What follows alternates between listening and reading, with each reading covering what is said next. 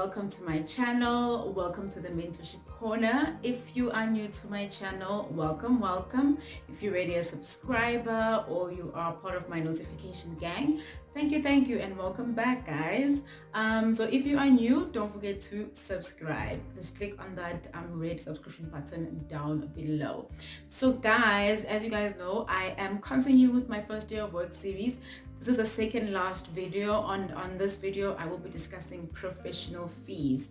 The last video is going to come out next week, Sunday, and on that video, I'll be discussing taxes and tax returns. Cool. So stay tuned. So for today's video, as I said, I am going to be discussing professional fees. It won't be too long. So basically, first, as a professional in South Africa, and I think in any other country, you need to be registered with a professional board. So your professional board, what they generally do is they make sure they have the rules and regulations of your profession in place. They have certain policies that you guys have to follow, and they basically have the rights for the professional and the rights for the customers or your patients. Different professions have different professional boards, so please make sure that you are registered with a professional board that's in line with your profession. I know with health sciences we have the HPCSA, which is for health science professionals like optometrists, dental therapy, OT, physios, and then there's a separate one for doctors, and for doctors as well there's separate ones for different specialities, and there's one for like your accountants, and I'm sure there's one for like your IT people and stuff, and commerce. So please guys, so the first thing is you need to belong to a professional board. As a professional, you need to know which is your professional board, and you have to go onto their website and register during your first day of work. So because if you are not registered, then you are considered as someone who is practicing whatever profession that you're in illegally, because you're not stating where the board that you're registered with, and basically you don't know what rules and regulations govern you as a professional. I hope I'm making sense. Okay.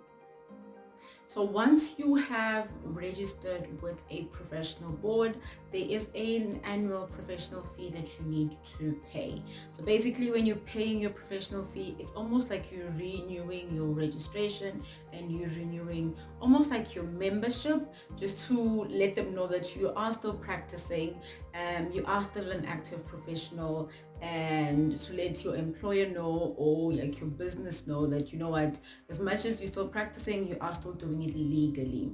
So okay, so first you find your specific professional board as a professional.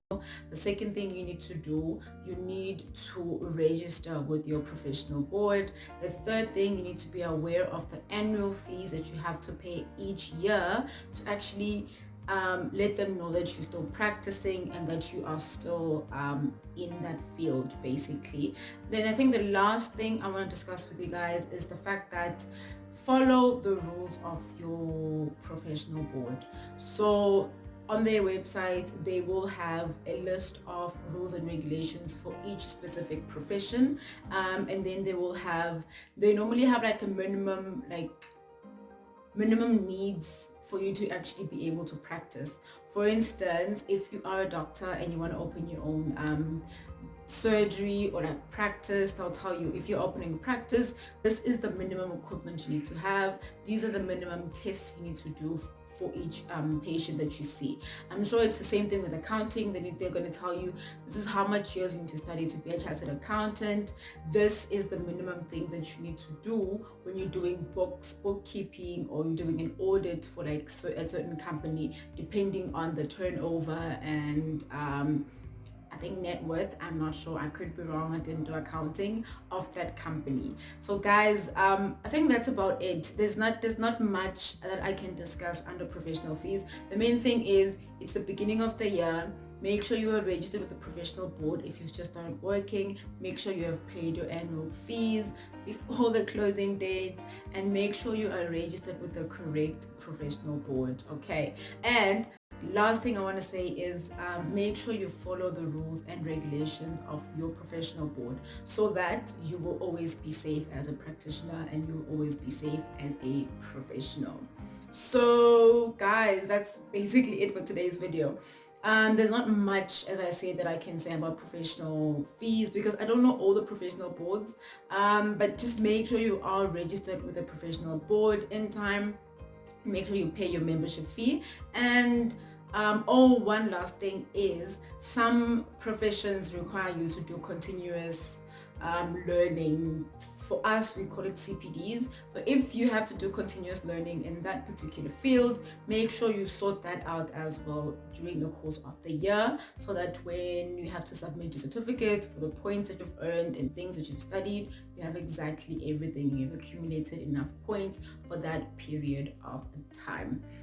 Apart from that, that's it from me today. Have a lovely Sunday, guys. Have a lovely week ahead. Stay productive, stay positive, and stay winning, fam.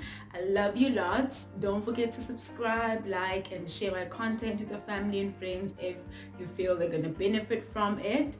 If you guys have any suggestions for any videos or educational videos you would like me to do and post, drop them on the comment section down below. So as I said, don't forget to like, share, and subscribe. It is goodbye from me today. Mwah, mwah.